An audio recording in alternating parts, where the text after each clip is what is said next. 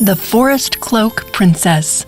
Once upon a time, in a kingdom far away, there lived a queen so beautiful that the three worlds had never seen such beauty. The queen and the king lived happily, ruling over their kingdom.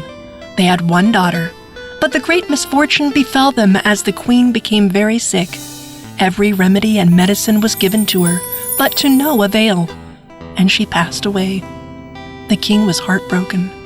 The queen's last wish was that the king find someone as beautiful as she was to be queen. I could never replace you, my love, but I agree. Before the king could finish speaking, the queen was gone. The king loved her a lot, and he wasn't ready for a second marriage. But one day, his courtiers came to him. Your Majesty, the subjects need a queen. So what do you think I should do? I am old and I do not want to remarry, and finding someone as beautiful as she, it's impossible. The king did not know what to do, but one day his daughter came to him, and he realized that she looked just like her mother.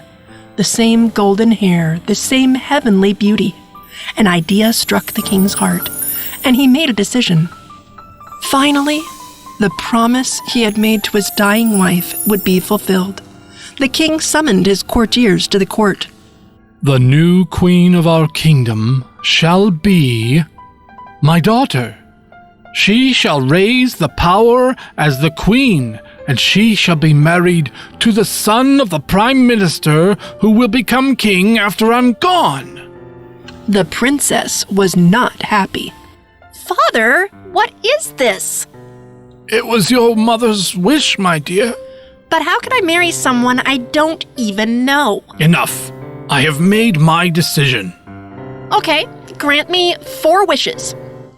Yes, of course, my dear. I want 3 dresses, 1 as golden as the sun, 1 as silver as the moon, and the 3rd as shiny as the stars. Finally, I want a coat made of 1,000 things from the forest without hurting a flower, a bird, or a beast. Your wish will be done. So the king called the best weavers of the kingdom and asked them to weave the dresses. Soldiers collected material for the coat. My dear daughter, all that you have wished for has been created and has been put into a walnut shell. Now it is time for you to be married. But Father, how can I marry someone I barely even know? You promised, daughter.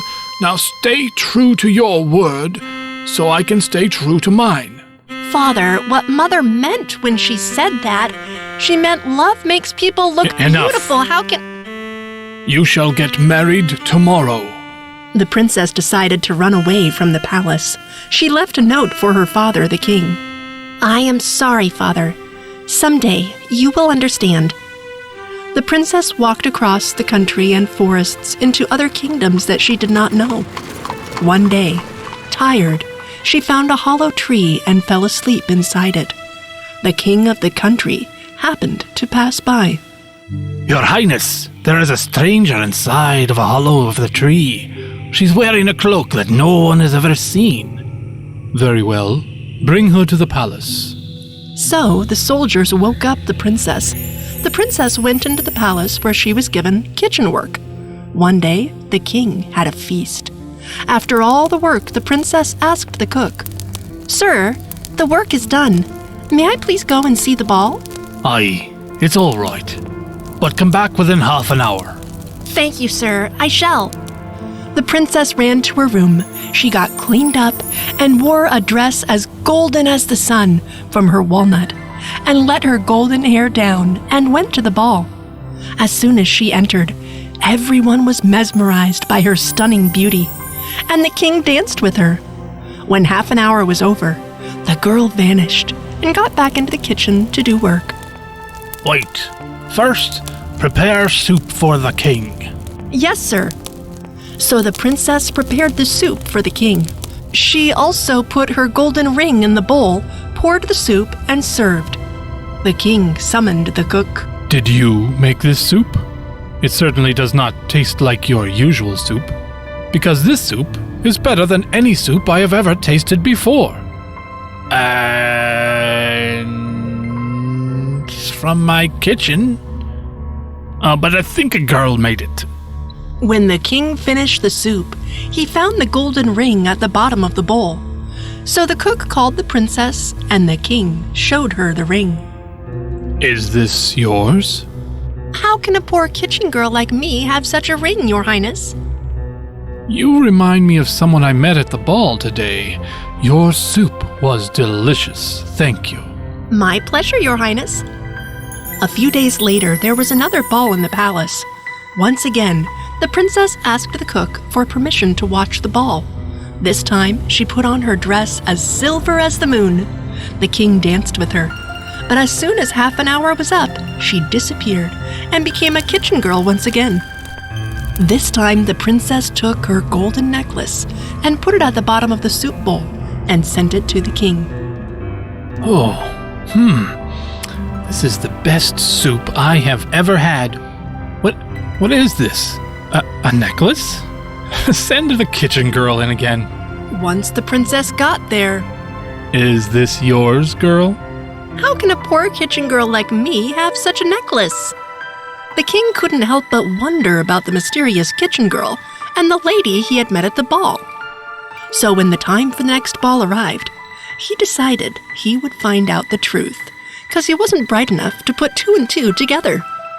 Sir, all the work is done here. May I please go and see the ball? All right. The princess wore her dress as shiny as the stars and went to the ball. The king danced with her, and he slid the ring he had found the first day in the soup onto her finger. The princess did not realize this. The king insisted the princess stay a little longer. She was late, and half an hour went by. The girl disappeared. As she was late, she did not get time to notice the ring on her hand. The same thing happened this time also. She put her golden bangles in the soup and served them to the king. The king sent for the lady cook. When she arrived, he asked her about the bangle, and the princess said, "How can a poor kitchen girl like me have such a bangle?" The king noticed the ring on her hand, and he was in deep thought. I've been dancing with the kitchen girl. He asked her why she did all this drama. This time, she told him everything about her past life. The king was amazed and said, I love you, and I wouldn't care if you truly were a kitchen girl. Besides, I love your cooking. Will you marry me? "Yes, I will." I want to eat like this the rest of my life. "You got it." Finally, she married the king, and they held the wedding in the royal kitchen. Who knew that the cook was also an ordained minister? I now pronounce you king and wifey. The girl's father also came to the wedding and provided all the dessert. Made it from scratch. And the couple lived happily ever after. The end.